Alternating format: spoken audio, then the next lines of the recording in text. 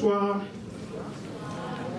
Bienvenue au Méliès. On est évidemment très très heureux de vous présenter l'avant-première de Tori et Lokita qui a gagné le prix du 75e anniversaire du Festival de Cannes et de retrouver dans ces nouveaux lieux pour eux les frères Dardenne qui ne sont pas venus seuls. Ils sont venus entre autres avec l'interprète féminine principale du film, Joélie Mbundu, le producteur du film Denis Fred, et Luc et Jean-Pierre Dardenne.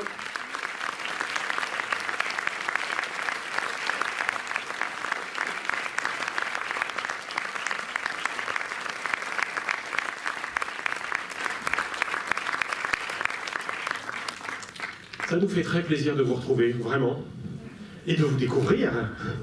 Denis, je n'en parle même pas. Merci beaucoup d'être là. Depuis le Festival de Cannes, en fait, on s'est dit, bon, sur celui-là, vraiment, on ne peut pas rater les frères cette fois. Et donc, et puis il faut le faire découvrir, ce cinéma, tout ça, enfin, voilà, qui essaye de défendre au mieux leur film. Est-ce que vous voulez dire un tout petit mot de présentation les unes et les autres? Alors, je vais commencer par dire que nous sommes ravis d'être ici, de pouvoir présenter ce film ici pour vous en France. Et ce film qui raconte l'histoire de Tori et Lokita, une belle amitié de deux enfants en exil, mais qui s'aiment à la folie comme des frères et sœurs, même si biologiquement parlant ils ne le sont pas. Ça raconte leurs difficultés, leur périple et juste leur histoire en général. Je ne vais pas vous en dire trop parce que vous allez le découvrir. Et pour le reste, c'est une bonne projection.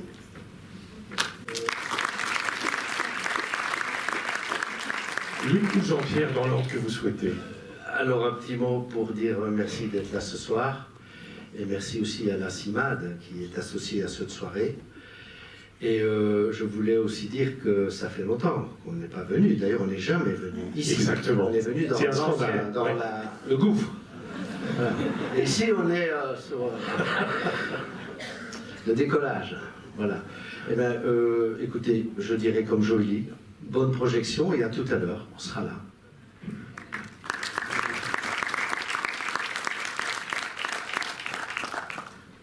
Ce serait terrible pour vous si on était 6 frères. C'est terrible. On a rencontré un ami japonais qui est distributeur de films et il nous a dit je produis un film avec 3 réalisateurs. Et chaque fois, ils veulent aller tous ensemble dans les festivals et ça coûte cher. Nous, on est que 2. Voilà. Donc, c'est bien d'être ici. C'est bien que vous soyez là. C'est formidable d'avoir une salle aussi belle et aussi bien remplie. Donc on peut être que content. Et vous allez voir, elle est vraiment bien. Voilà, bonne soirée. Bonne soirée, et on ne va pas échapper à la parole de Denis Fred parce qu'il ne peut pas revenir après. Il est condamné à dire un mot avant la projection. Ah non, alors je dirais qu'une chose, c'est que quand Jean-Pierre et Luc nous ont donné à lire le scénario, ils avaient une certitude, ce qui n'est pas le cas de tous leurs films, c'était sur le titre. Ils nous ont dit le film s'appellera Tori et Lokita. Et donc on a vécu toute l'aventure de la production avec le nom de ces deux personnages. Et voilà, on est très heureux que vous puissiez maintenant passer 1h30 avec eux. Merci à tous les 4 et à tout à l'heure pour la rencontre. On remercie au passage Chiafana, sans qui on ne pourrait pas vous proposer cette avant-première. On peut aussi les remercier chaleureusement par des applaudissements. Et la CIMAD. Oui, et je voudrais juste dire que dans la salle, nous avons un grand ami. Il est grand aussi. Ah oui. Et il était ingénieur du son sur le film. Ouais, et il est Jean-Pierre Duret. Jean-Pierre Duret. Il est là. Où est-il? La tête qui dépasse. Jean-Pierre au milieu de la salle. Il est où, Jean-Pierre? Voilà. Et on se retrouve tout à l'heure, y compris avec le président de la CIMAD, Henri Masson, qui est présent lui aussi dans la salle. Et regarde, Méliès, évidemment.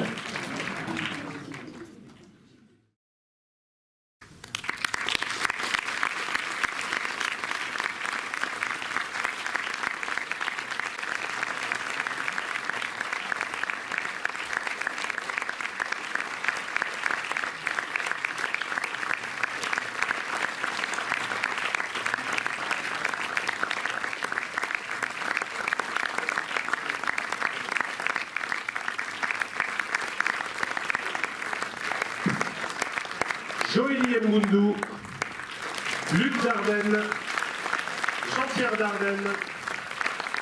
On va accueillir aussi Henri Masson pour la CIMAD.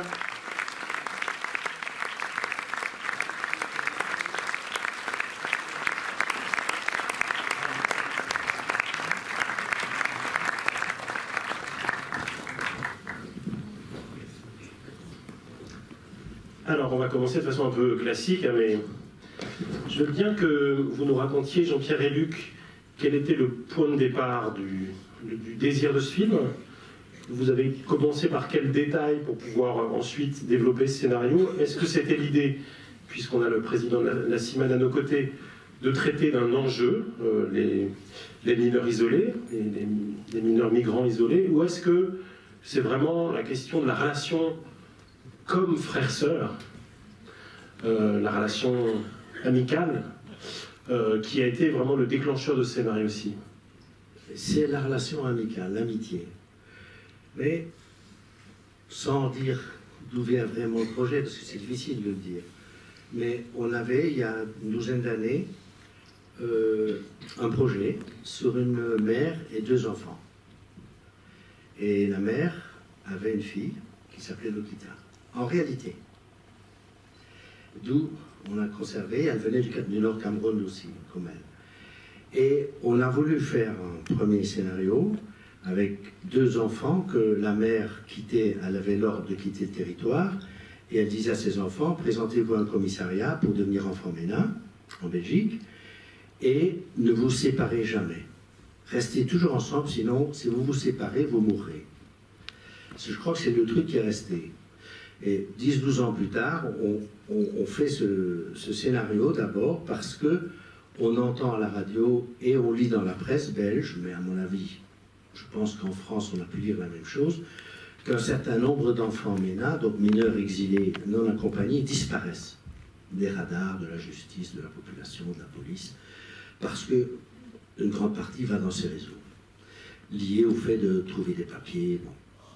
Et donc on s'est dit, mais comment est-ce possible que dans des démocraties où on est tous des sujets de droit, il y ait des enfants qui puissent disparaître sans que ça n'alarme plus la population, les médias, l'État. Et c'est là qu'on s'est dit on va faire un film. Et le film est venu quand on a pensé vraiment que c'était la relation d'amitié qui allait être le moteur du film et la construction de toute l'intrigue, si je puis dire, par exemple, la chanson, la musique, le fait de mettre une plantation de cannabis, parce qu'il y avait d'autres choses qu'on aurait pu trouver pour Lokita, il y a d'autres réseaux criminels que la drogue. Donc, si on a pensé à ça, c'est parce que ça isolait Lokita. Donc ça l'a séparé de son frère, si vous voulez, imaginaire, mais plus réel que le réel, si je puis dire, que le frère de sang. Et donc on a pensé à la plantation. Et tout est venu à partir de cette idée de l'amitié, que dès le départ, on a pensé comme une amitié invincible. C'est-à-dire pas une amitié qui serait trahie parce que l'un va dans ceci, trahit son ami, ou l'inverse. On s'est dit non, c'est l'amitié, une belle amitié lumineuse qui ira jusqu'à donner sa vie, pour, même si c'est pas ce qu'elle désire, mais finalement c'est ça, elle donne sa vie pour le gamin, pour son frère, quand elle fait l'autostop. Et donc on s'est dit on va essayer de trouver toute une intrigue, toute une série de situations autour de cette amitié qui les lie et qui ne les séparera jamais. Alors je veux bien 2-3 détails sur pourquoi du coup ce premier scénario il y a 10-12 ans ne s'est jamais tourné. Qu'est-ce qui explique ce suspens qui entraîne ce rebond récent? Et puis je veux bien aussi des explications sur un élément qui figure dans la note d'intention, qui est que cette amitié, dites-vous, doit beaucoup passer, vous évoquez la question de la musique et de la chanson, mais aussi par le geste. Et vous dites, comme indiqué dans le scénario. Et moi, j'aimerais bien savoir, voilà, comment, dès le scénario, cette question du geste permettait de traduire ce rapport d'amitié presque fraternel. À la première question, parce qu'on ne trouvait pas, parce que c'était mauvais. Donc c'est vous qui avez renoncé. Dans ce cas-là, vous rendez compte que ça ne fonctionne pas. Ça ne fonctionnait pas. Ça n'a jamais débouché, quoi. On restait collé aux choses. On n'y arrivait pas à trouver la fiction. Ou ce qu'on en trouvait, en tout cas, ne nous satisfaisait pas. On a bien fait d'attendre. Oui. C'est ce que je dirais, parce qu'on a trouvé, comme Luc l'a dit, c'est cette histoire d'amitié qui nous a fait décoller. Voilà. Et la deuxième question, j'ai oublié. C'est sur la question du geste, l'importance du geste pour sceller ce rapport quasi fraternel. Comment vous l'avez intégré à la fois dans le scénario, puisque vous dites ça dans la note d'intention, que c'est déjà très présent dans le scénario, et ensuite dans la mise en scène. C'est parce que le scénario est déjà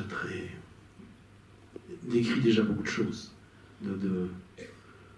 Les personnages, c'est pas seulement les dialogues, c'est aussi, il y a de la didascalie, il y a des déplacements, il y a des mouvements, même si après, en fonction des lieux, en fonction de nos répétitions, les choses peuvent changer. Mais c'est parce que il y a tout le temps, entre deux, il y a cette musique, cette chanson, et puis il y a le rapport de ces deux corps, qui est... vous avez vu, quoi. Non, parce que c'est toujours un peu gênant, j'ai l'impression de répéter ce qu'on a déjà vu, mais enfin, bon. Il y a ce corps de Tori, qui est ce petit corps qui saute, qui est explosif, qui rebondit, hein, qui a un côté film d'aventure, et puis il y a Lokita, qui a un côté plus passif. C'est un personnage un peu plus passif. Son corps, c'est pas le même rythme que Tori, et le film marche sur les deux. Le rythme du film est construit sur les différences des deux rythmes de corps. Et même quand on passe d'une scène à une autre, si, pour caricaturer un peu, si Lokita encaisse quelque chose dans le plan 1, dans la scène 1, dans la scène B, ça commence avec Tori qui court, qui saute. Donc il y a un rythme comme ça qui est créé à l'intérieur des scènes, puis entre les différentes scènes, à travers les mouvements de ces deux corps. Et on commence tout de suite, la première fois quand ils sont ensemble. Il y a ce jeu, ce jeu en dessous et au-dessus du lit, qui crée dans leur mouvement, leur complicité dans les mouvements, crée cette complicité que le spectateur va découvrir dans leur relation forte d'amitié. Qui va découvrir au prix d'une ambiguïté initiale, parce que nous aussi on est un peu berné quand même au début. Un peu. Pourquoi vous teniez à mettre en place cette ambiguïté sur, y compris la relation fraternelle, y compris la question de savoir si c'était du mensonge ou de la vérité, ce qu'on entendait? C'était un beau mensonge. C'est un beau mensonge que l'administration, qui dans sa violence administrative ne croit pas, ne peut pas croire. Mais voilà, parce que en fait, même le fait de faire un test ADN, ça coûte cher. Et c'est une manière, on sait, en tous les cas en Belgique, je ne sais pas en France, vous le direz mieux que nous, mais en Belgique, c'est très très rare qu'il y ait un test ADN, parce qu'il faut, l'avocat propose ça, mais après il faut le payer, le test ADN. Et c'est l'hôpital qui doit le payer, ou le sang. Donc c'est rare, c'est simplement pour dire, voilà, ça ce serait la preuve scientifique. Mais il n'y en a pas, donc on considère que vous n'êtes pas sa sœur. Voilà. Alors, pour nous, c'est une fiction, c'est une sororité ou fraternité fictive, mais plus forte que celle du sang. Enfin, celle du sang peut être forte aussi, je ne dis pas, mais en tous les cas, pour eux, c'est aller très loin. Ils ont fait ça pour essayer de faire croire que... Bon, pour essayer d'avoir les papiers pour Lokita, parce que lui, enfant sorcier, enfant donc persécuté dans son pays, peut avoir des papiers, plus facilement en tous les cas. Mais pour elle, qui est ce qu'on appelle en Belgique, en tous les cas, un enfant mandaté, c'est-à-dire mandaté par sa famille, le village, une communauté, pour venir gagner un peu d'argent et l'envoyer au pays, ces enfants MENA, ces enfants mineurs non accompagnés, peuvent difficilement obtenir leur papier. D'où cette ruse qu'ils ont trouvée, mais qui est une belle invention qui correspond à ce qu'ils sentent réellement qu'ils sont l'un pour l'autre. Parce que depuis qu'ils ont quitté le bateau, ils ont toujours été ensemble. Et elle lui dit, c'est toujours comme ça qu'on s'en est sorti. Voilà. Et en étant frères et sœurs, c'est un détail qui n'est pas un détail. Les centres MENA, c'est filles d'un côté et garçons de l'autre. Si vous dites que vous êtes frères et sœurs, donc vous annoncez le même nom, vous pouvez rester ensemble. par ailleurs, c'est aussi une scène qui sert à mettre en abîme le cinéma, parce que du coup, ce qu'on voit, c'est quand même deux acteurs en train de répéter, un gamin en train de dire son texte, de vérifier chacun des détails. Et du coup, Joëlys, j'ai envie de savoir, voilà, d'abord comment tu as vécu ces scènes-là, qui étaient des scènes où on jouait à faire du cinéma d'une certaine façon, et puis en amont de ça, quel a été le processus de casting pour que tu obtiennes ce rôle principal? Ces scènes-là, comment je les ai vécues? C'était drôle de le faire avec Pablo Skins qui joue Tori dans le film, parce que du coup, c'est un enfant qui a énormément d'énergie, du coup ça reste pas tranquille, mais c'était amusant de pouvoir travailler ces scènes avec lui, parce que c'est comme si je travaillais aussi mon texte avec une personne, et du coup c'est un peu la même chose, comme tu as dit, ça ressemble un peu au cinéma quand je vais apprendre mon scénario. Et le processus du casting, c'était avec une jeune fille qui, elle, était dans une école de cinéma, et on s'était dit tous les deux qu'on va foncer pour ce rôle. C'était cette personne-là qui me soutenait à l'époque où j'avais dit à personne que je voulais devenir actrice. Et on s'est dit, on a pris le premier train pour Liège, et on est parti rejoindre Luc et Jean-Pierre. Et directement, je suis rentrée dans la salle. Et on a commencé le casting. C'était d'abord plus vraiment centré dans tout ce qui était mouvement et discussion. On a appris à se connaître aussi lors de ces castings. J'ai pu chanter, donc j'étais contente. Et non, c'était paisible, amusant et tout dans le calme, genre apaisant. Mais parce que le fait de savoir chanter faisait partie des conditions. En fait, vous cherchiez vraiment quelqu'un qui sache chanter par ailleurs. Oui, parce que ça, je pense qu'on ne peut pas. S'il n'y a pas une base un peu correcte, on ne peut pas apprendre, surtout si c'est pour tourner dans les 3 ou 4 mois qui suivent. Hein. Et il se fait qu'effectivement, c'était une chose qu'on a fait à tout le monde, et aussi aux garçons qui allaient jouer Tori. S'ils ne pouvaient pas chanter, c'était quand même difficile pour nous de pouvoir travailler avec lui. Parce que je pense qu'il y a des choses qu'on ne peut pas vraiment apprendre, ou alors ça prend du temps. Et on a eu la chance que Lokita chante très bien, et Tori aussi. Ils ont travaillé, ils ont répété avec quelqu'un qui d'ailleurs les accompagne à la musique là, dans la scène de début. Mais au départ, il y avait un réel potentiel. Plus qu'un réel potentiel. Et alors pourquoi vous avez choisi Joëlys? Parce que elle n'avait jamais joué, tout ça. Et alors si j'ai bien lu, vous cherchez quelqu'un d'un tout petit peu plus... Non, oui, c'est-à-dire qu'on l'a choisie parce qu'elle était la meilleure. Oui. C'est vrai. Je ne dis pas ça parce qu'elle est là. Non. C'est vrai. Et aussi, il y avait une autre jeune fille, mais qui était plus âgée. Et malheureusement, c'était pour nous, on sentait qu'elle avait plus 18, qu'elle avait plus 17 ans et demi, elle avait 20, 21. Et donc ça ajoutait un mensonge possible sur l'âge. Donc on s'est dit non. Et elle avait un sourire d'enfant encore quand elle. Mais non, elle était vraiment. Voilà, simplement, voilà, elle nous a captés. Mais c'est vrai que dans le scénario, on disait une jeune fille plus enveloppée. Et un petit tout maigre. Parce que lui, il devait être tout maigre et petit, puisqu'il doit se cacher derrière, en dessous du siège. Donc, on a trouvé une grande. Et la grande, on s'est dit, on garde ce rapport entre une grande et un petit. Voilà. Mais bon, Lokita n'aurait pas été grande, c'était très bien aussi, parce qu'à un moment donné, bon, on a des idées avant, et puis la réalité vous fait changer d'idée quand même. Donc vous dites, bah, elle est formidable, ben voilà, il n'y aura pas ce couple différent, ils seront un peu plus semblables, ben voilà. Et on aurait fait avec. On aurait trouvé quelque chose autour des vêtements, enfin bon. Donc il faut... Bon voilà, mais je fais que ça s'est bien passé. On en reparlera après des vêtements à un moment. Mais avant, on passera la parole à la salle, et je veux bien, Henri, avoir un point de vue, alors là vraiment de président de la CIMAD, donc, sur le motif central, à la fois sociétal et politique du film, c'est-à-dire ces migrants isolés. Vous, comment est-ce que vous regardez le film? à partir de votre expérience et de votre savoir sur cette situation, y compris en France? Alors, je l'ai regardé de différentes façons.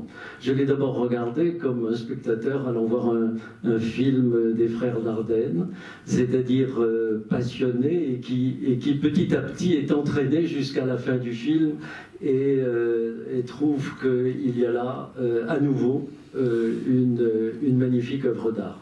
Donc pour ça, déjà un grand merci. La deuxième façon que je l'ai regardé, bien entendu, c'est comme président de la CIMAD, dont la vocation en France est d'accompagner effectivement des personnes étrangères. Et parmi toutes les personnes étrangères que nous recevons, à peu près entre 120 et 130 000 personnes par an dans nos différentes permanences sur l'ensemble du territoire français, il y a de plus en plus effectivement de personnes mineurs ou de jeunes venant d'atteindre leur majorité. Et de la même façon, nous sommes confrontés, alors peut-être pas à des cas aussi poignants, et quelquefois ils le sont plus, parce que vous avez à juste titre indiqué qu'il y avait d'autres réseaux que les réseaux de la drogue, et qui touchent en particulier les jeunes filles et les jeunes femmes.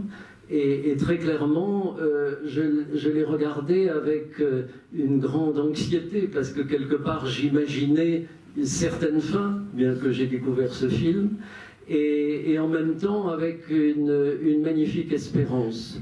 L'espérance que grâce à un film comme celui-ci, petit à petit, il y ait de plus en plus de personnes dans un pays comme la France, dans un pays démocratique comme la France, dont je rappelle la devise liberté, égalité, fraternité. J'aimerais que grâce à ce film, on se rende compte qu'il y a aujourd'hui un nombre inconnu de plusieurs milliers de mineurs non accompagnés qui ne sont pas traités comme ils devraient être traités, c'est-à-dire accueillis, accompagnés jusqu'à leur majorité, jusqu'à ce qu'ils puissent obtenir un titre de séjour et qui, grâce à une formation, puissent devenir aides ménagères, dans des emplois de comptables, dans des emplois d'ingénieurs et ainsi de suite. Et ça, notre travail, qui consiste non seulement à accompagner ces personnes étrangères, il consiste aussi à sensibiliser l'opinion publique.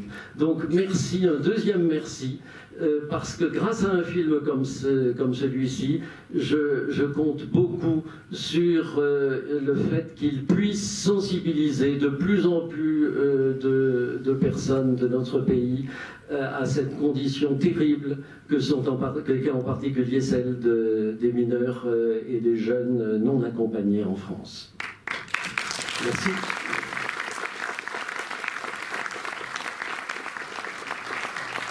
Je rebondis sur une dernière phrase que vous citiez là aussi dans votre note d'intention, qui est décidément très riche, vous avez bien fait de la reproduire dans le dossier de presse, qui est que vous disiez, voilà, notre point de départ, c'est l'amitié et la fraternité, mais ce qu'on cherche à produire chez le spectateur, c'est le sentiment de révolte.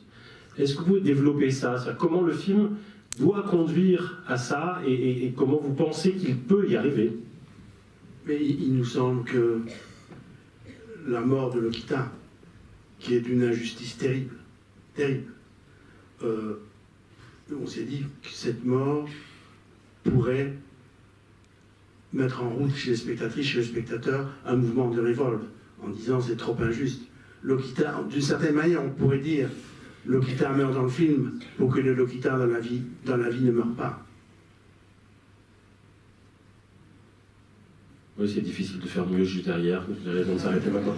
Allez, qui pose la première question?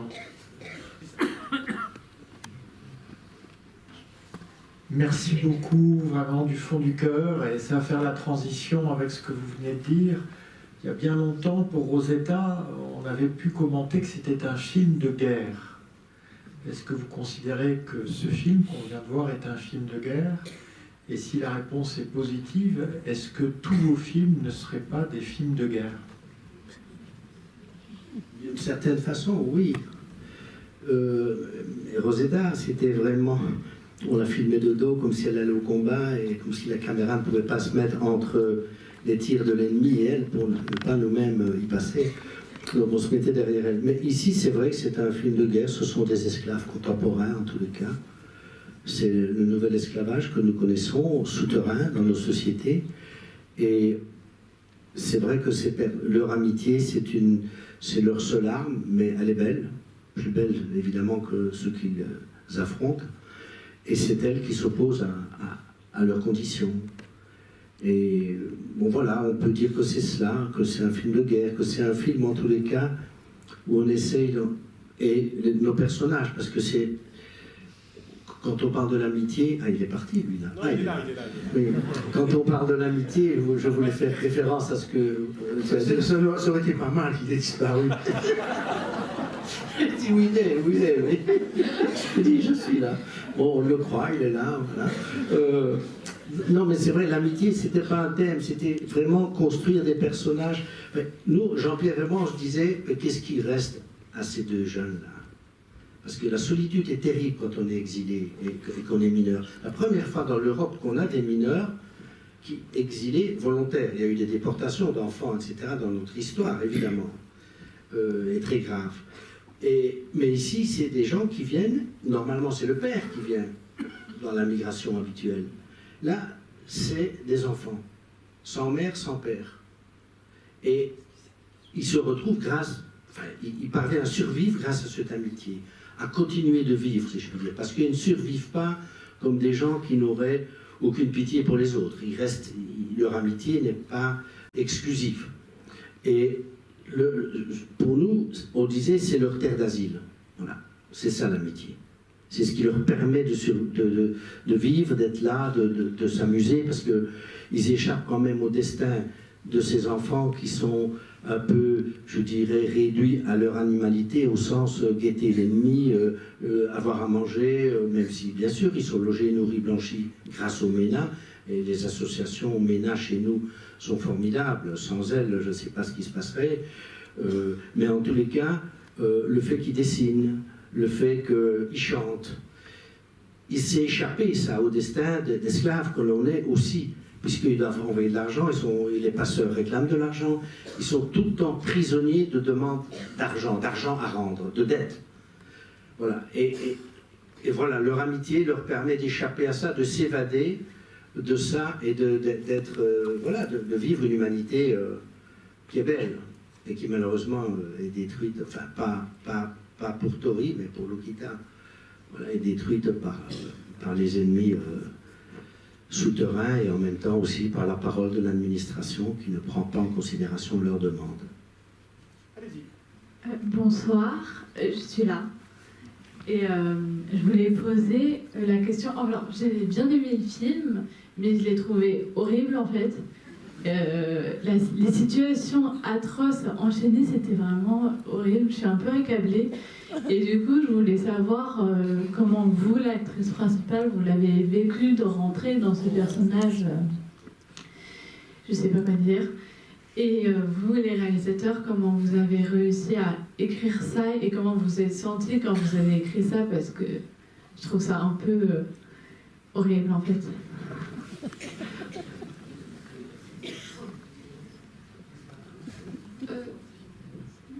Le jouer, c'était pas facile, mais c'est quand tu ressens le personnage de Lokita. En tout cas, moi, quand je l'ai joué, j'ai vraiment fait en sorte de faire abstraction de la personne que je suis et de qui est Lokita. Ça veut dire que je n'essayais pas de prétendre ou de act, comme on dirait en anglais. C'était vraiment essayer d'être la voix de Lokita et essayer de la représenter en tant que personne à part entière, en tant qu'humaine, elle, pour être... Parce qu'il y a plein de Lokita dans ce monde qui ne sont pas représentés. Et du coup, le jouer, c'est un peu, on va dire, comme une petite pression dans le sens où je veux lui faire un peu honneur. Et aussi ressentir tout ce qu'elle ressent, parce que l'humiliation, les abus mentaux et physiques et la pression qu'elle doit ressentir de sa famille qui est en Afrique, du coup sa mère quand elle l'appelle, c'est... Quand juste le fait de t'imaginer, ça doit être stressant, c'est un peu anxieux. Du coup, je pourrais dire que c'était pas facile parce que tu ressens chaque émotion que la personne ressent si tu fais abstraction de la personne que toi t'es. Et après, voilà. Et puis... Et vous dites que c'est horrible. Moi, je suis d'accord avec vous. C'est le sentiment d'une spectatrice. qui est responsable aussi de sa vision du film. Voilà. Mais oui, c'est vrai, à un moment donné, qu'est-ce que vous... Moi, je trouve que quand les situations qu'elle connaît, il me semble que ce sont des situations non seulement vraisemblables, parce qu'il y a bien pire dans la réalité, mais vraisemblables, et il me semble que leur amitié y répond. Et que c'est ça que moi j'ai toujours vu. Et Jean-Pierre aussi, on a toujours vu cela. Et on a moins été impressionné par les situations qu'ils vivent que par la manière dont leur amitié se bat contre ces situations. Et comment ils arrivent, parce qu'entrer dans ce hangar de cannabis, c'est pas facile. Et la persévérance, comment ils arrivent, comment ils se retrouvent, comment ils sont heureux de se revoir. Bon, voilà, c'est ça que je vois. Mais en même temps, le destin est là, et le destin est terrible.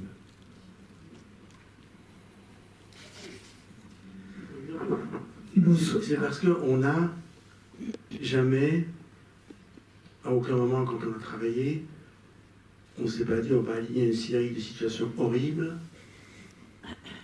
pour raconter une histoire horrible. Même si pour vous c'est horrible.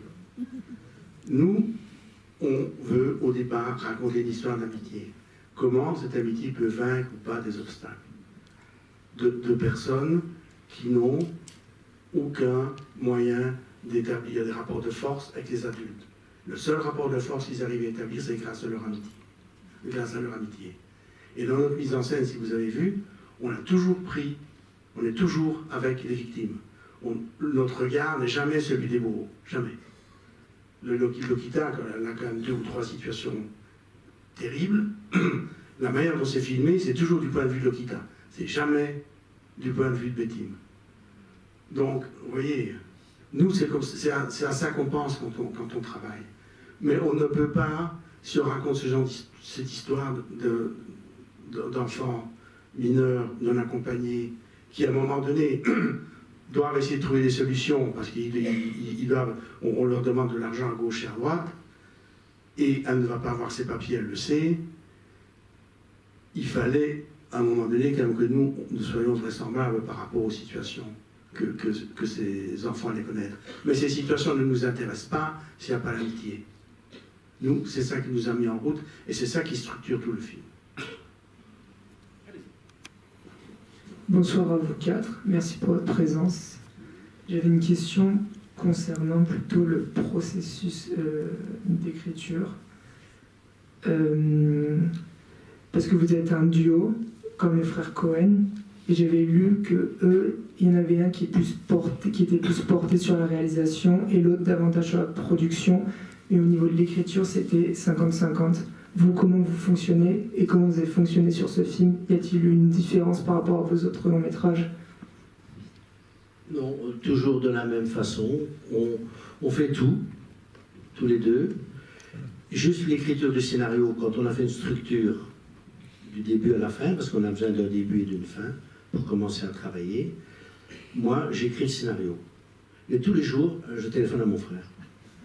Donc, on est quand même encore ensemble. Puis quand j'ai la première version, je lui envoie, puis là, voilà, il critique, il retravaille, voilà. Et puis après, quand on est à la 5-6e, on l'envoie à Denis Fred, qui est là, notre producteur français, qui donne son avis, Delphine Thompson chez nous, qui dirige notre société de production, et on les écoute et on retravaille, ou bien on dit non, je pense que c'est mieux. Enfin, voilà, on écoute, et puis une fois que c'est fait, voilà, on a notre scénario qui va rebouger en fonction des répétitions, etc. Voilà, donc c'est un peu différent des Cohen et des Taviani et des frères, des autres frères. Parce qu'il y en a beaucoup finalement. Bonsoir. Bonsoir, j'ai 3 questions. La première, d'où elle vient la musique? Laquelle? Italienne. Oui, voilà. De Angelo Banduardi. C'est une chanson de Suisse, mais qui a été traduite en sicilien. Non? Non. Non, mais c'est pas grave. De toute façon, c'est une chanson dans le scénario, dans le... Oui, de Sicile. Oui.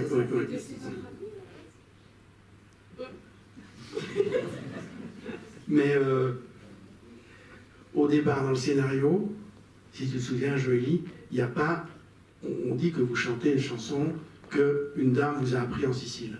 Mais nous, dans le scénario, il n'y a pas de titre de chanson. On ne savait pas quoi. On voulait juste que cette chanson permette de raconter un morceau de leur histoire sans le raconter. C'est-à-dire qu'ils étaient venus par la Sicile. Et c'est parce que quand on vous a eu choisi, qu'on savait que c'était vous deux, Lokita et Tori, nous avons aussi engagé quelqu'un pour leur apprendre à chanter un peu mieux que ce qu'ils savaient déjà chanter, pour faire un peu l'exercice, pour chanter un peu. Et en même temps, ce jeune monsieur, qu'on voit d'ailleurs dans le film, c'est lui qui est un instrument, là, pendant que Tori et Lokita chantent, il est italien, de la 3e génération. Alors, et on lui a dit, écoute, nous, on ne sait pas bien, on a 10 chansons, mais laquelle, on ne sait pas. Bon, on a quelques idées comme ça, mais on n'est pas vraiment convaincus, on nous a fait entendre des choses, mais c'est pas vraiment... on a l'impression qu'il ne faut pas non plus être dans le folklore, tout ça. Et elle nous a dit, écoutez, je vais vous faire écouter différentes choses, mais moi, qui suis un Italien de la 3e génération, chez moi à la maison on ne parlait pas italien. Et j'ai appris à parler italien quand mes parents m'ont envoyé à l'école d'italien du mercredi après-midi, quand j'avais l'âge de 10 ans. Et la première leçon, on nous a fait écouter cette chanson à la Feria dell'Est. Puisque c'est un moyen pour les enfants d'apprendre les mots des animaux, enfin, les noms d'animaux, puis ça se répète. Et voilà, c'était chanté par Angelo Branduardi dans les années 60, 70, je pense, hein, enfin 70, oui. Et je vais vous la faire écouter, puis on écoutera aussi d'autres choses. Et on a retenu tout de suite cette chanson de Branduardi. Et c'est vrai que dans le scénario, on disait chanson sicilienne. Mais Branduardi, italien, non. On dit c'est un peu la même... Bon, c'est la même chose, mais il y a des chansons en sicilien. Et nous avons appris, une fois qu'on avait choisi cette chanson-là, que en fait cette chanson avait une histoire. On s'y est un peu intéressé, on a appris qu'elle avait une histoire. C'est une chanson qui était chantée par les Juifs en Espagne pendant l'Inquisition. El Topolino, c'était l'agneau, Israël, qui subissait une série d'épreuves. Donc c'est une chanson d'exil. Voilà, c'est un hasard, mais c'est comme ça. Un vrai chant d'exil. Hein. Un vrai chant d'exil. Repris. Voilà. Oui, tout à fait. Voilà. Beaucoup de fait encore aujourd'hui. J'ai une deuxième question. Pourquoi Lokita, elle se fait tuer en fait? Pourquoi pas, évidemment. Oui, c'est sûr, on peut dire pourquoi elle se fait tuer. Mais c'est difficile. On a pensé qu'il était difficile qu'elle échappe à ce genre de situation. Peut-être, bon, je ne sais pas non plus, parce que, bon, on ne sait pas toujours, on a des intuitions, puis, bon, voilà, on les suit, on ne dit pas c'est pour ça et ça ne changera pas. On s'est laissé faire aussi par le récit qu'on écrivait, et le fait qu'elle meure, on s'est dit, pour répéter ce qu'a dit Jean-Pierre, c'est qu'elle meurt pour ne pas mourir, comme un héros tragique, il meurt pour ne pas mourir, pour dire je ne devais pas mourir, c'est injuste. Mais si je meurs, c'est que vous sachiez que je ne devais pas mourir. Il y avait un peu de ça. Et en même temps, par rapport au milieu dans lequel elle se trouve, la violence, parce qu'on a quelques informateurs judiciaires et de la police, qui sont des gens très bien, qui nous informent, la violence a monté très fort. Et beaucoup de gens aujourd'hui, alors qu'il y a 20 ans ou 10 ans, ils n'étaient pas, sont armés. Donc il y a ça aussi. La situation... bon, il nous semblait comment en sortir, qu'inventer pour sortir de cette situation. Voilà. Et c'est peut-être aussi qu'on s'est dit, je dis ça, mais bon, je ne sais pas, peut-être je me trompe aussi, mais si le spectateur et la spectatrice sort du film en disant, ben, finalement, ça va, on s'en sort de ce genre de truc, ça va, mais on les oublie, et là, on l'oubliera moins. Voilà. Et une dernière question, le budget du film. Alain, Denis, le budget du film, me demande monsieur. Un peu plus de 5 millions. Ben, non, c'est parce qu'on répète, nous, on répète 5 semaines avant de tourner, puis on tourne 50 jours. Donc c'est quand même beaucoup. Oui, bonsoir. Personnellement, j'ai beaucoup apprécié le film et je me suis laissée porter par leur histoire et surtout leur relation, ça c'est très fort. Mais une ou deux fois, à travers le film, je me dis, mais ni l'un ni l'autre ne trouve d'appui positif, ou à aucun moment le foyer, ou peut-être, je me disais peut-être l'église, oui, puisqu'ils vont à l'église, qu'il y aurait quelqu'un un peu pour quelqu'un de positif qui puisse soit les arrêter dans leur course au papier qui ne débouche pas, ou leur mettre des limites, ou à aucun moment l'extérieur n'intervient pour un peu pour les cadrer. Non, c'est pas ça, mais ou pour les ramener à une autre réalité. Et cet aspect-là, je l'ai trouvé très dur. Oui, c'est vrai, vous avez raison. La plupart des adultes sont les ennemis, sauf les gens du centre. Et c'est vrai que ce ne sont pas les adultes qui ont des rôles principaux. Tous les adultes qui sont de rôles secondaires importants ont tous des rapports de domination, d'extorsion de fonds par rapport à ces deux enfants. Pardon? Oui, ceux qui sont en rapport avec l'Église. Oui, et alors l'Église, éclaircissons cette histoire d'église. Éclaircissons. Parce que... On peut éclaircir. Si on peut éclaircir. Parce que, en fait, mais je peux comprendre aussi que ça manque un peu de clarté, justement. L'église, c'est l'endroit de rendez-vous. C'est là où le mec, il donne rendez-vous. Parce que c'est un endroit où il y a beaucoup de monde, et donc ils peuvent faire toutes leurs transactions. Et c'est un endroit où il est normal qu'ils puissent se rencontrer. Voilà. Et on s'est basé tout simplement sur les histoires qu'on nous a racontées. Que certains pasteurs donnaient leur rendez-vous aux abords ou à l'intérieur d'églises évangélistes, par exemple. Voilà. Ils ont dit, mais ça ne veut pas... Certains nous ont même dit, mais le pasteur... Oh non, il n'est pas pasteur. Il aurait peut-être pu l'être, oui, il ne l'est pas. Mais c'est vrai, madame, hein, vous avez raison, il n'y a pas de... Et en plus, ces enfants, la mère de Lokita ne la croit pas quand elle dit qu'elle envoie tout l'argent. Et Tori, s'il est foutu le camp, c'est parce qu'il était orphelin et puis qu'on voulait encore le supprimer. Enfin, pas il était orphelin, il vivait dans un orphelinat parce qu'il avait été abandonné, et puis sa famille voulait, puisqu'il était enfant sorcier, voulait le supprimer.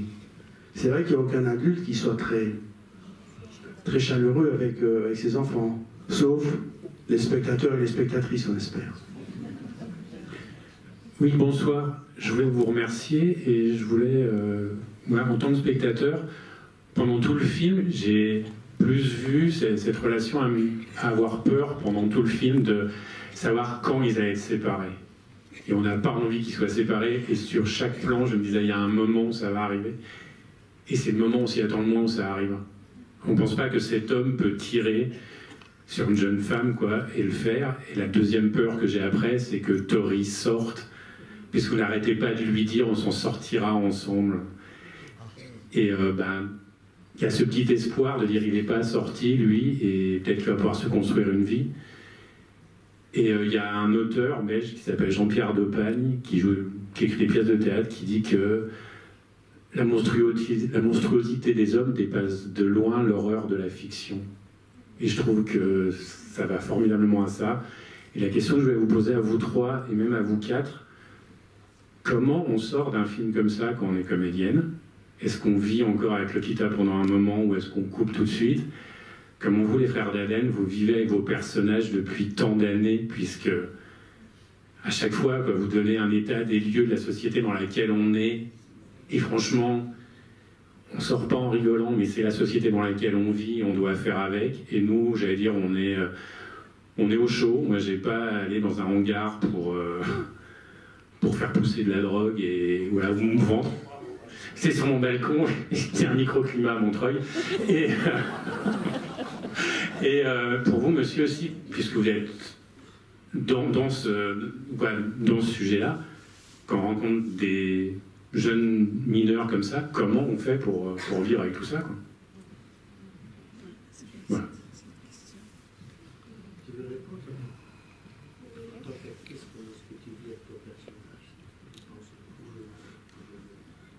Mais comme j'avais dit à une question à laquelle j'ai répondu, que quand je joue, je fais abstraction de moi et de la personne et que uniquement les sentiments que Lokita a et que moi j'ai, je les garde et le reste des sentiments que Lokita n'a pas, je les mets de côté pendant le tournage. Eh bien, c'est aussi avec ses vêtements. Et avec son accoutrement et sa manière d'être, que c'est là où je vais reconnaître Lokita. Ça veut dire que même où je vais la reconnaître dedans, ça veut dire que même pendant le tournage, j'avais, on va dire, 2 facettes, dans le sens où je tournais et j'avais toujours cette perruque, que j'arrivais sur le set avec la perruque et quand je repartais, quand j'arrive, je l'enlève et quand je repars, je la remets.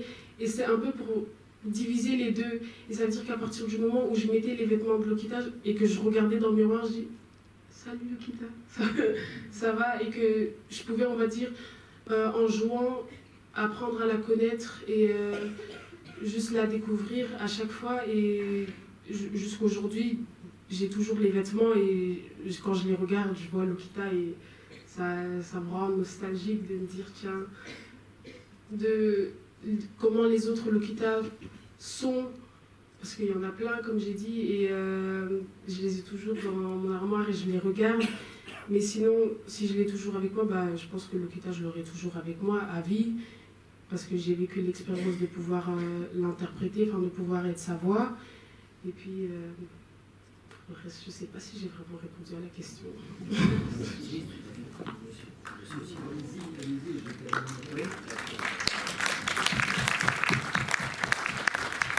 Et moi, nos personnages, oui, depuis Rosetta, Igor, Olivier Gourmet, je sais pas, il y en a qui restent moins, mais j'y pense souvent quand même. Mais je rêve plus avant. Et moi, Lokita, quand je rêvais à Lokita, c'était pas joli. C'était quand on travaillait, on écrivait. Mais je vivais, bon voilà, moi je rêve beaucoup. Et donc, les personnages, j'en rêve, mais elle n'était pas comme Lokita. Lokita, pour moi, c'est une incarnation tout à fait nouvelle de Lokita. La même chose pour, encore, Tori, plus proche quand même. Mais voilà, et les personnages, je reste, bon, j'y pense quand même souvent, notamment le gamin au vélo, le petit Thomas Doré qui a interprété Cyril. Voilà, plus les enfants peut-être que les adultes, mais bon, voilà. C'est un peu la même chose, hein. On vit encore avec eux. Enfin, moi, je vis encore avec Rosetta, aussi avec les méchants, avec Roger, le père dans La Promesse. Je continue, parfois dans la vie, je dis tiens, voilà Roger. Ou voilà Rosetta, vous voyez. Oui, ils sont encore, oui, voilà, ils sont toujours là. Et c'est bien, je trouve. On est accompagné, on n'est jamais vraiment seul, grâce à eux. Et je n'ai pas beaucoup revu nos films. Parfois, on doit encore pour faire des explications, des choses devant des élèves de cinéma, des choses comme ça. Et chaque fois, quand même, je me suis dit, mon Dieu, qu'est-ce qu'on leur fait subir? Ils sont, surtout pour les jeunes. Je dis un peu comme Luc, là. Ils sont quand même jeunes. Quelle affaire. Quelle affaire. Ils sont toujours plus seuls, finalement, que ce que je ne pense quand on met en scène. Et là, la solitude. Voilà. Chaque fois qu'on voit ce qu'on appelle l'ours de notre film, donc ce que la monteuse a mis bout à bout, qui fait 2 heures, 2 heures quart, c'est la solitude qui est la plus la plus forte. Et on se dit, oula, nous-mêmes, on ne pensait pas filmer cela. Et un dont je me souviens souvent, c'est Francis dans Le Fils, qui a tué le fils d'Olivier quand il avait 11 ans, et là, il a 16 ans dans le film. Je pense souvent à lui. Et je me dis, tiens, je vais lui téléphoner à l'acteur. Puis je me dis, non, parce qu'il ne veut plus faire de cinéma, donc il ne faut pas lui téléphoner. Mais je ne sais pas, il reste fort, il reste fort.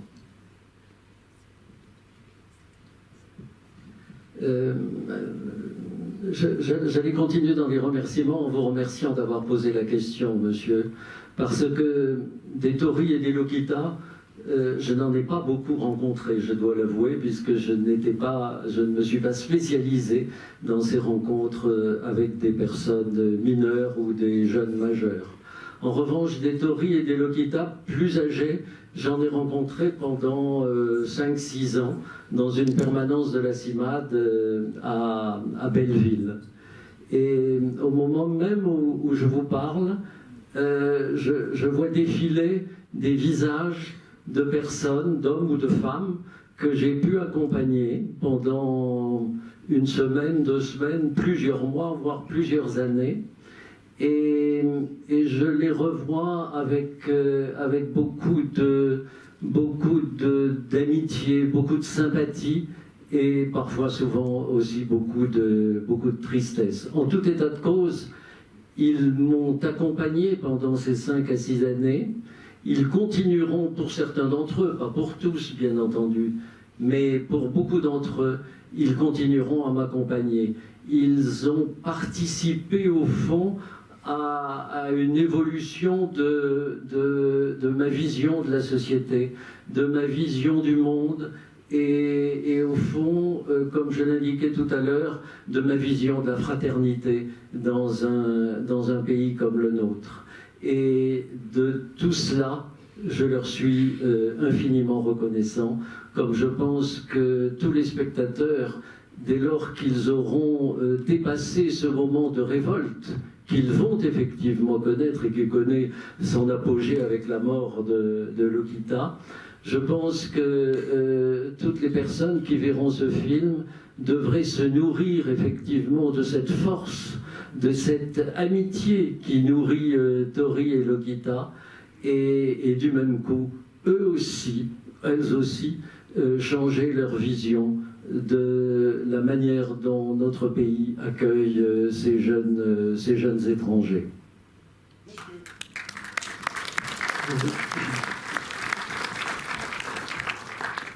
Bonsoir, je vous remercie moi aussi pour ce film qui était vraiment admirable et plus particulièrement ce qui m'intéresserait, c'est la façon dont vous prévoyez ou déterminez l'encadrement des prises de vue. Parce qu'on est formidablement avec vos personnages à chaque instant. On ne les regarde pas, on est avec eux, parfois dans ces personnages. Donc ça m'intéresserait beaucoup comment vous travaillez les prises de vue et qui est-ce qui tient la caméra pour vous, parce que cette façon de filmer, vous êtes vraiment presque unique dans le monde du cinéma.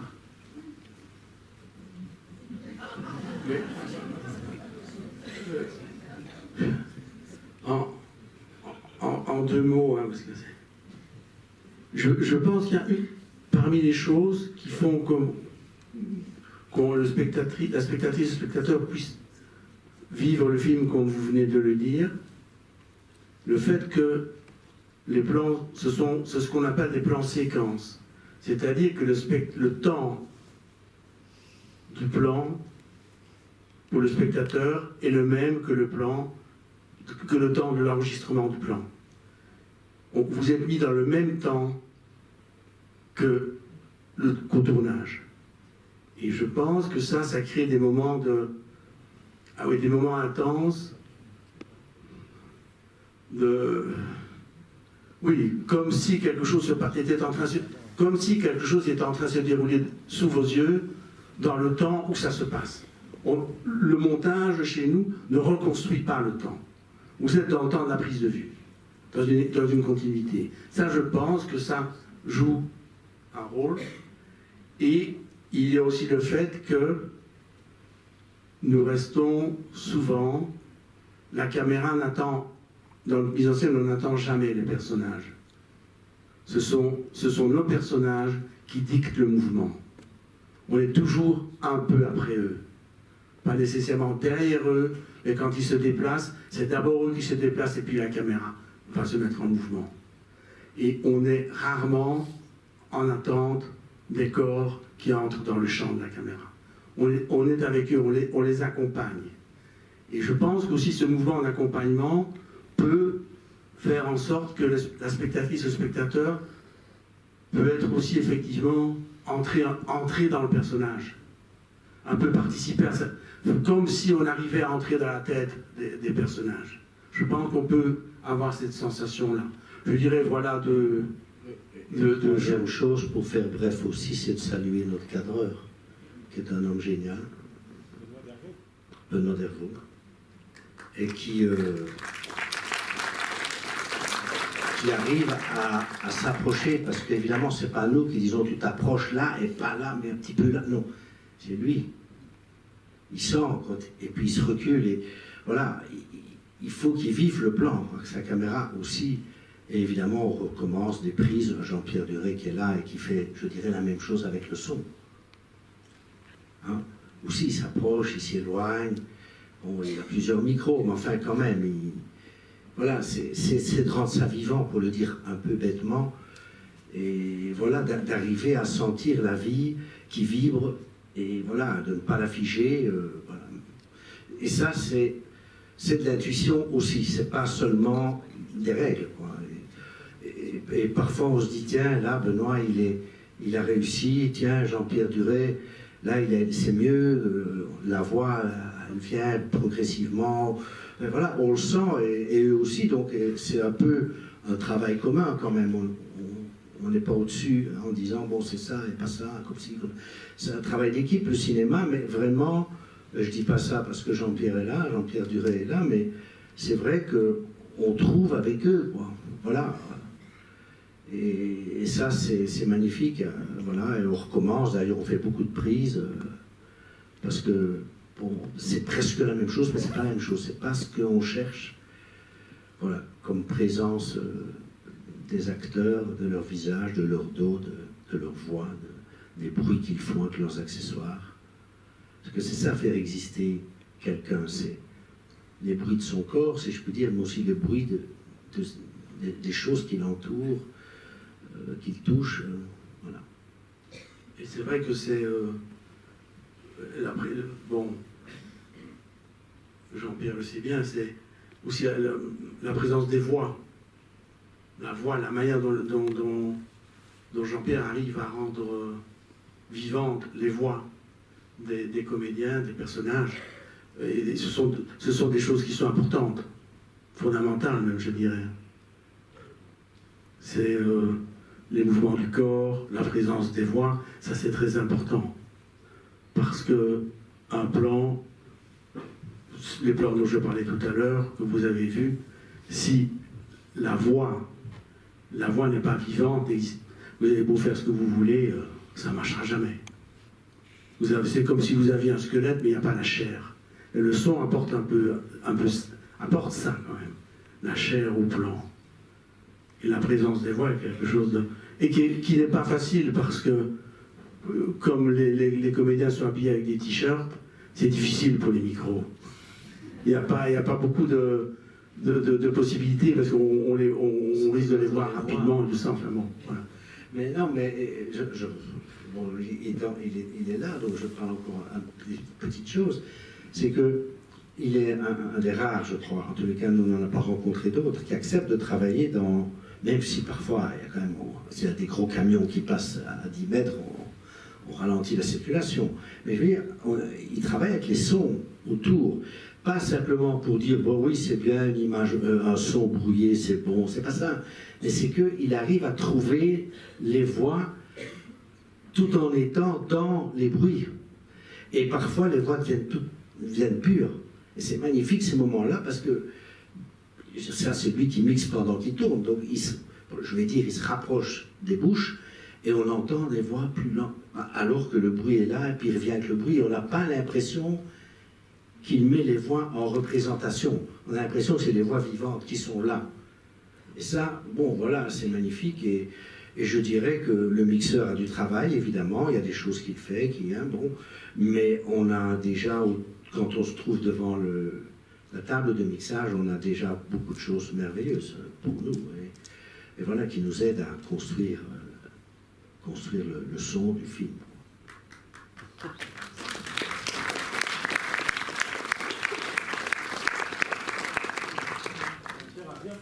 Monsieur, à vous. Bonsoir. J'ai beaucoup aimé le film et j'en suis très ému à la fin quand j'ai vu l'actrice se faire descendre.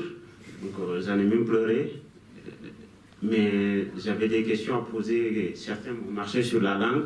Donc il me reste une question. Aux deux frères, donc...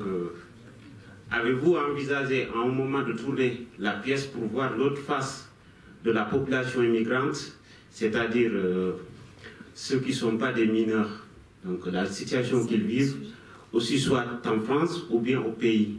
Donc si ces gamins-là ont été poussés à venir travailler et envoyer à leurs parents, de quoi survivre? Vous avez à un moment imaginé ce que vivent les parents ou bien ce que vivent l'autre partie de l'immigration donc qui se trouvent ici en France et qui n'ont pas de papier. Quelle est leur situation, quelle est leur condition de vie et la galère qu'ils rencontrent tous les jours et comment ils s'en sortent.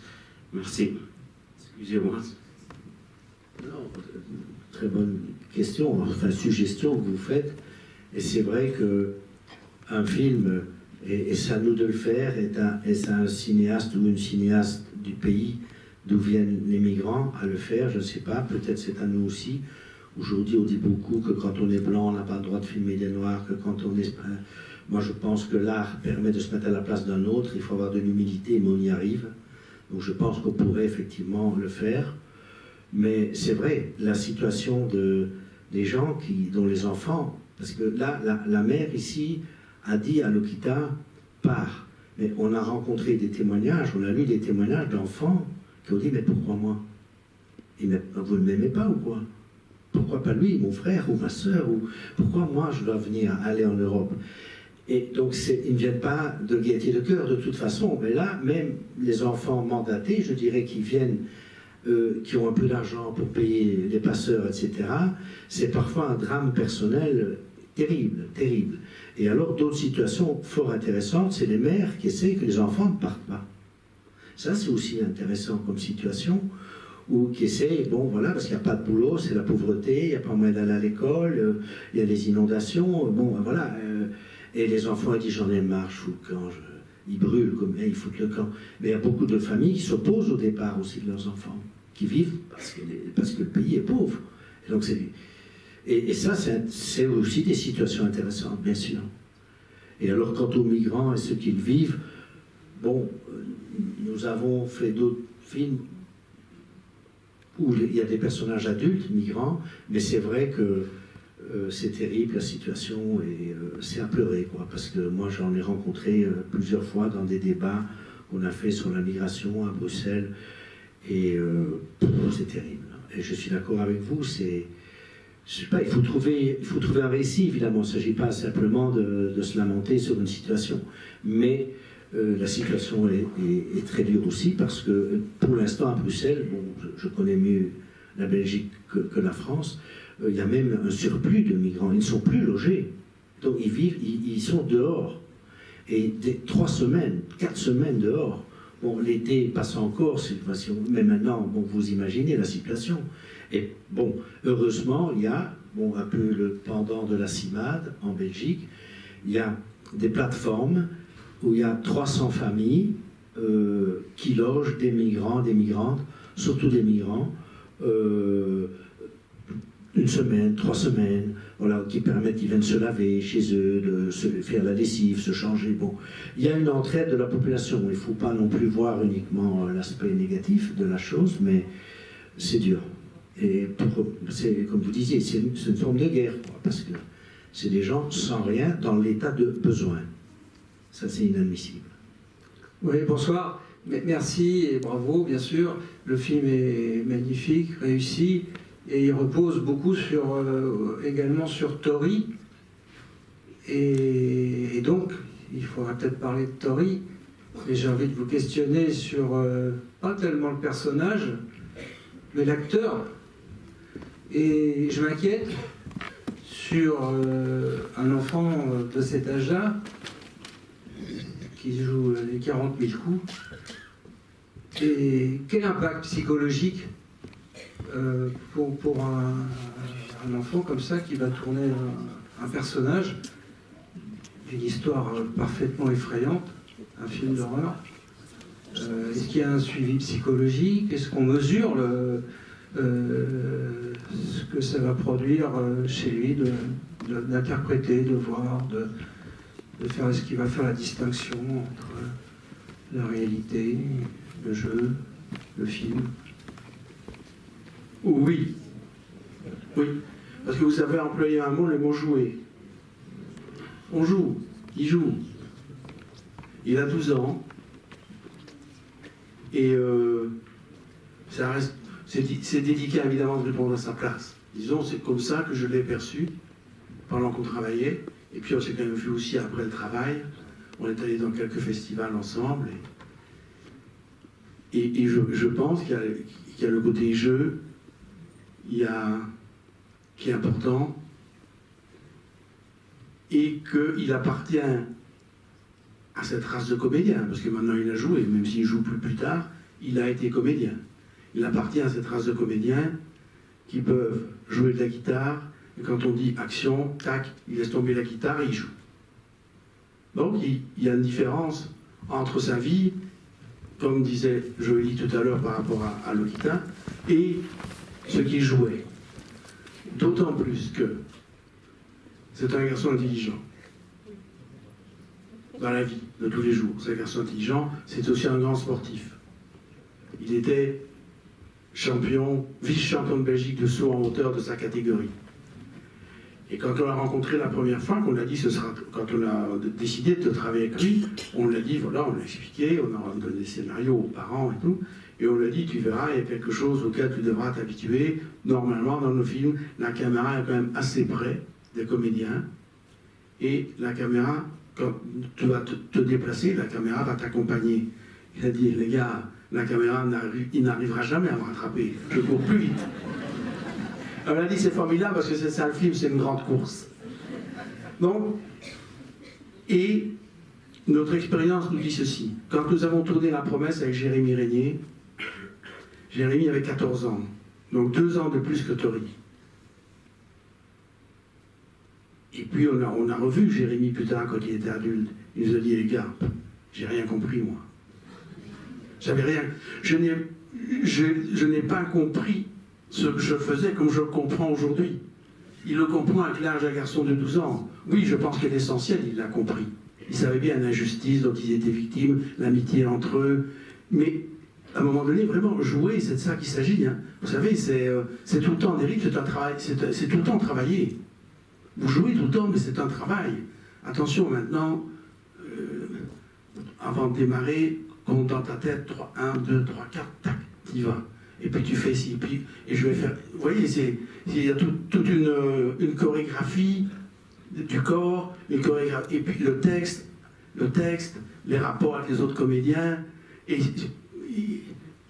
Bétim, qui n'est pas très sympathique dans le film, mais dans la vie de tous les jours, avant qu'on dise action, puis quand on dit couper, c'est les copains, hein.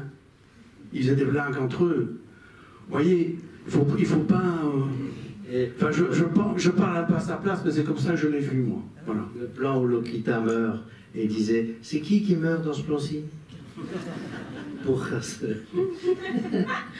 Ah, on ne la verra plus alors. Ah, elle a fini, le tournage aujourd'hui, elle a fini aujourd'hui.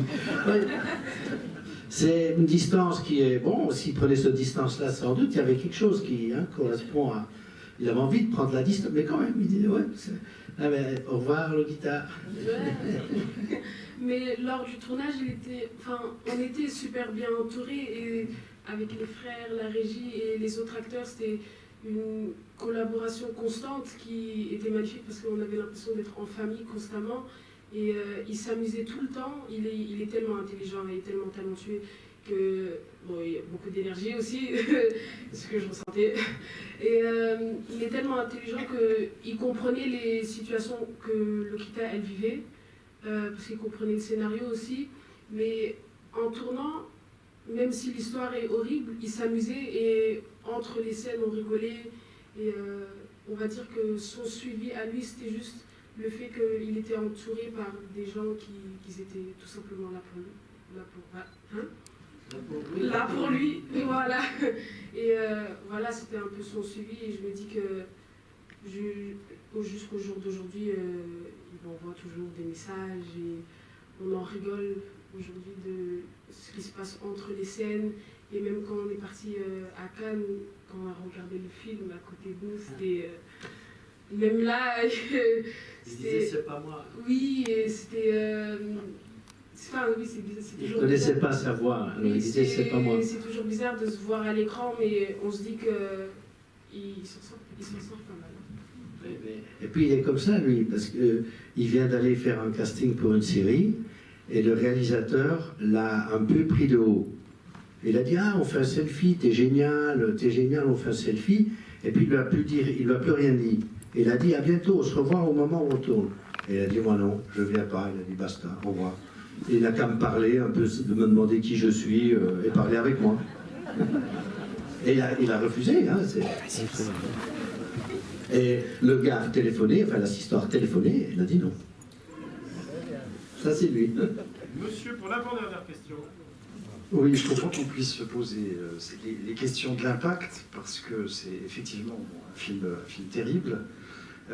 Pour moi, il y a deux choses qui m'ont vraiment marqué dans la réception que j'ai pu avoir du film.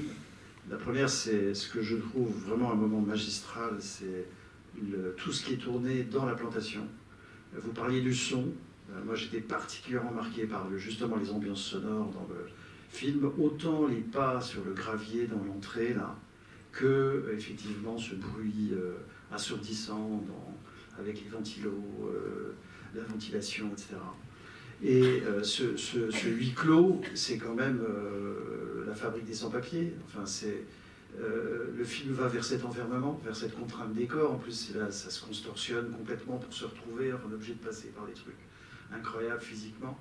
Et voilà, pour moi, c'est vraiment un moment très très puissant. Et puis alors l'autre moment incroyable, sans aucune once de spectaculaire, c'est la mort de Lokita, qui nous donne une émotion terrible parce que pour moi c'est l'incarnation, pardon pour cette citation, de la banalité du mal. Et quelque part votre film il est là, c'est là où il est terrible. C'est-à-dire qu'on est dans une banalité du mal et l'expression peut-être la pire de cela, c'est la voiture qui ne s'arrête pas. Parce que, en fait, vous montrez magistralement d'abord qu'on est dans une société qui fabrique les sans-papiers. La CIMAD a produit un petit fascicule qui s'appelle comme ça, c'est pour ça que j'y fais allusion, parce que c'est vraiment ce qui est terrible dans nos sociétés, c'est ça, c'est qu'on fabrique les sans-papiers. Ça, vous le montrez de manière magistrale. Et puis, ce côté vraiment banal, quoi. Enfin, ces coups de fusil, là, de pistolet, pardon, qui débarquent dans un truc qui est tout sauf spectaculaire, et qui du coup prend une puissance mais incroyable de ce fait-là. Et voilà, ça c'est quelque chose pour l'expérience de spectateur qui est incroyable, mais aussi pour le citoyen que je suis, quoi, hein, effectivement. Et là, moi, je vous remercie, parce qu'aujourd'hui, assumer un point de vue qui consiste à dire, même si c'est dans une note d'intention, on veut provoquer la révolte, merci. Merci d'assumer ce point de vue avec la puissance que vous avez, vous, hein, avec toute la responsabilité que vous prenez, puisque vous avez une aura, vous provoquez une écoute, et puis en plus vous avez effectivement une façon, comme tout le monde l'a dit, de filmer absolument incroyable et qui nous embarque. Voilà, donc c'est simplement cette réaction sur ce côté magistral et puis ce côté implacable, quoi, qui peut nous vous amener qu'à avoir envie de réagir. Merci. Avec un petit paradoxe, c'est que le film d'aventure commence vraiment dans le lieu clos, en fait. Il y a vraiment là une espèce de torsion du scénario qui fait que tout à coup, c'est quand on est dans l'enfermement qu'il y a d'une certaine façon le plus d'action et qu'on explore le plus finement l'espace. Ça faisait partie de vos idées vraiment, de ce défi-là, ce paradoxe apparent. Jean-Pierre ? Ça, ce qu'on peut dire aussi de la manière brillante dont vous le dites, c'est après. Mais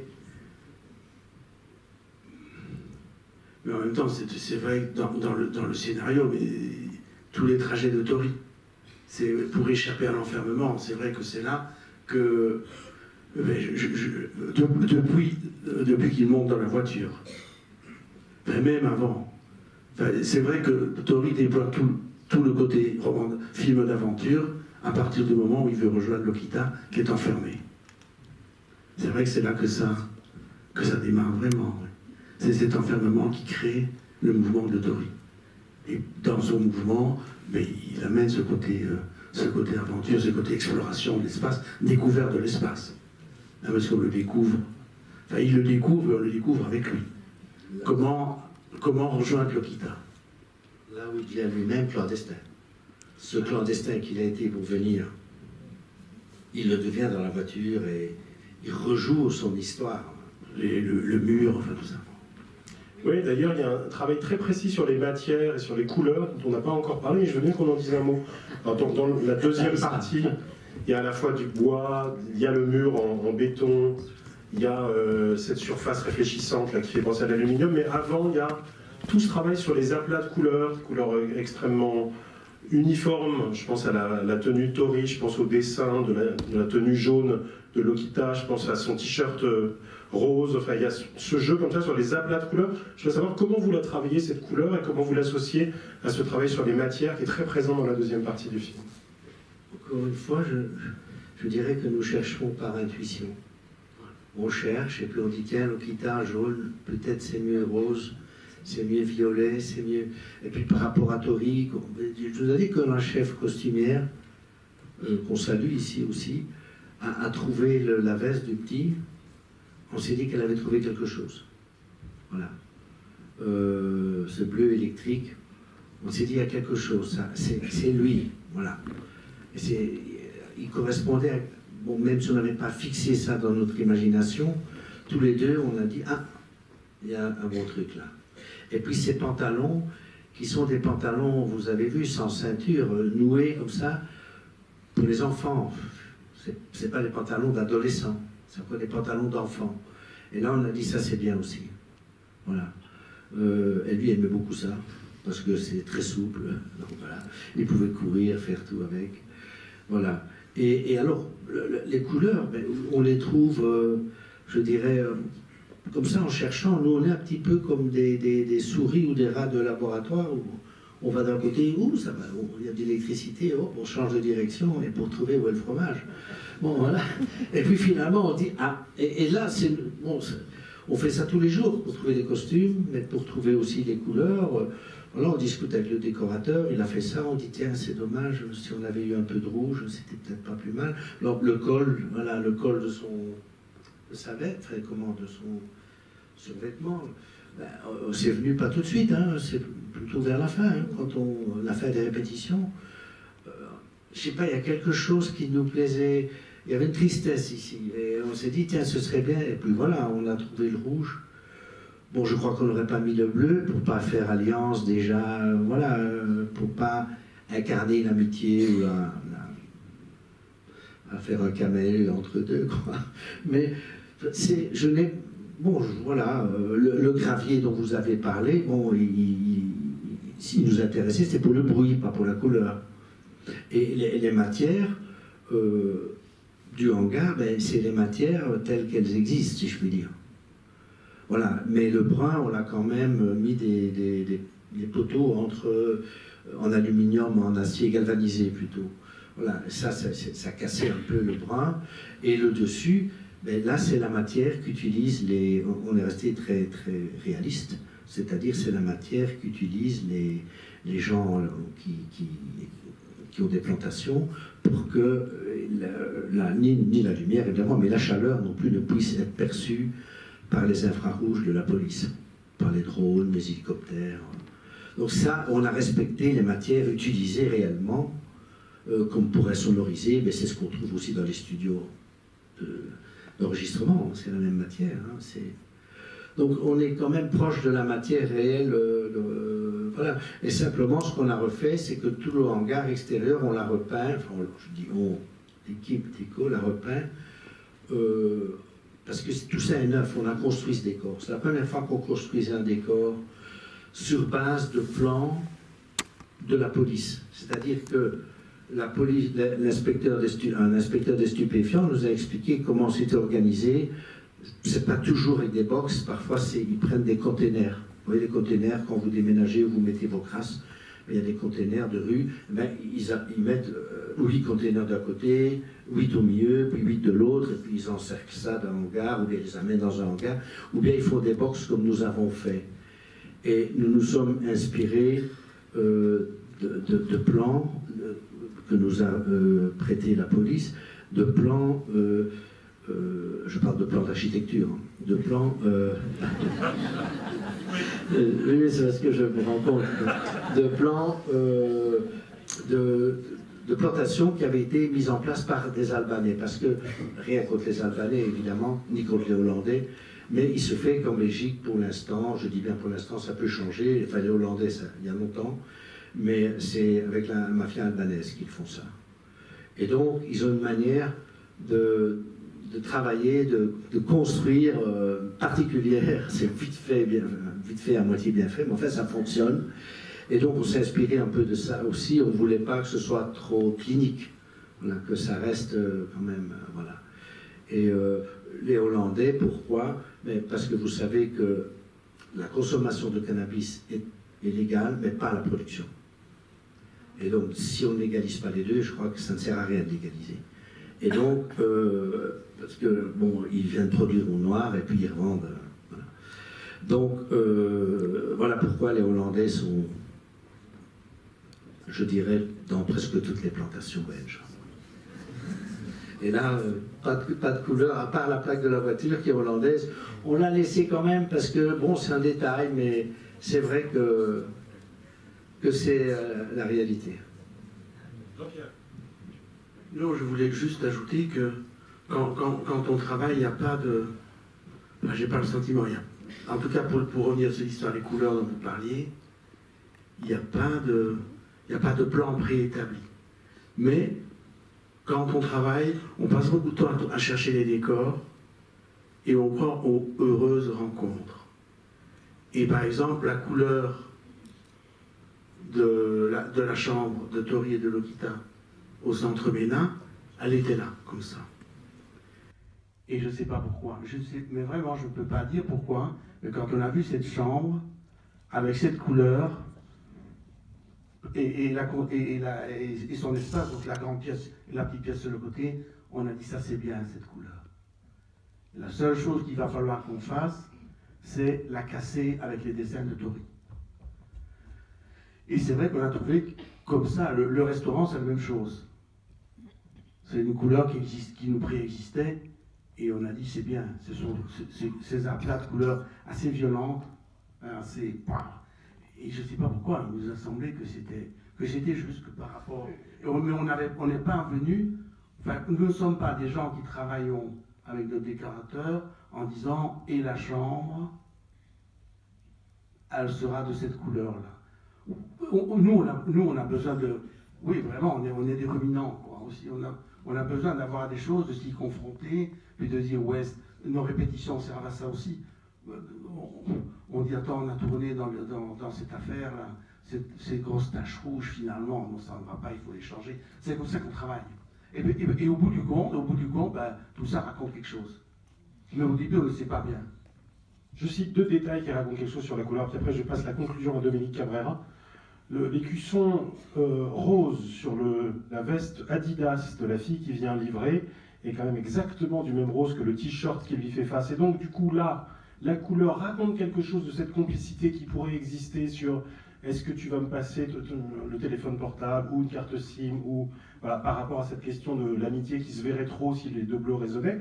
Et par ailleurs, puisqu'il y a le t-shirt derrière, là, la couleur jaune en ligne droite sur le t-shirt de Lokita, moi, me fait penser à deux objets jaunes qui sont tous les deux rectilignes aussi dans le film. C'est petit 1, le tuyau d'arrosage, jaune très vif, et petit 2, le tuyau dans lequel Tori met ses dessins.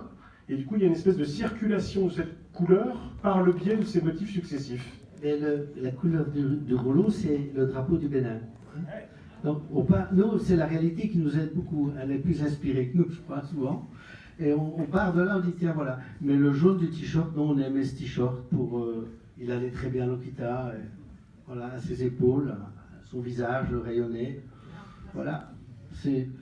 Mais, bon, voilà. Et les signes Adidas... Et je me demande, est-ce qu'on l'a ajouté? Je crois qu'il était sur le blouson. Hein. Je ne sais plus. Jean-Pierre Deray pourrait peut-être nous aider à dire, mais non, il était dessus. Oui, je crois. Il me semble qu'il était dessus. Conclusion, Dominique Cabrera. Oui, alors c'est pas une conclusion. C'est sûr pas à moi de la faire. Donc je voulais juste revenir sur le personnage de Tori. J'ai l'impression que grâce à tout ce que vous avez raconté, à votre art, on est absolument physiquement avec eux, en eux. Et je crois que c'est pour ça qu'on est tellement pétrifiés par leur situation, par la situation. Et Tori, c'est pour moi la bouffée d'air dans le film. C'est l'espoir. Moi, je suis claustrophobe et c'était un peu un cauchemar, finalement. Ça va, quand même. Passer par les tuyaux, mais alors, je peux avoir l'espoir que la vie va continuer parce que Tori, lui, est dans l'action. Il est dans la révolte, déjà. C'est lui le personnage qui est dans la révolte et qui peut-être peut nous aider, nous, spectateurs, à trouver de quoi réagir à cette terrible situation dans laquelle physiquement nous sommes pétrifiés avec Lokita. Est-ce que vous ne croyez pas aussi que pour Tori, le fait de savoir ce que Lokita a fait pour lui, quand même, c'est une dette aussi, d'accord, mais c'est aussi quand même un fameux espoir. Non, je parlais des spectateurs, pas des personnages. Moi, spectatrice, je m'identifie à Tori comme à celui qui agit et qui se révolte déjà dans le film, avec sa merveilleuse intelligence, sa façon de bouger, d'aller d'un point à un autre, de se déplacer avec le drapeau du Bénin. Enfin, voilà, pour moi, c'est celui qui peut porter, en tant que je m'identifie aux acteurs, au film, voilà, la possibilité qui est une révolte, oui. Ça jette un froid. Merci pour la conclusion. Non, je plaisante. Je crois que c'est le moment de vous applaudir et de vous remercier très chaleureusement tous les quatre. Merci. Merci à Didier Lacour, le Diaphana. Merci Denis Fred, le producteur du film. Et bonne soirée à tous.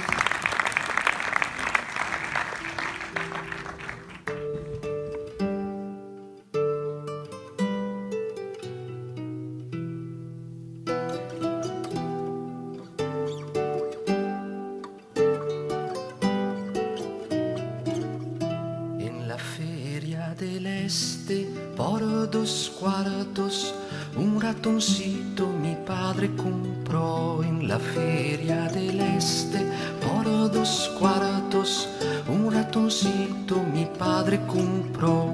Y viene el gato que se comió todo al ratón que mi padre compró. Y viene el gato que se comió todo al ratón que mi padre compró en la feria del este. Por 2 cuartos, un ratoncito mi padre compró.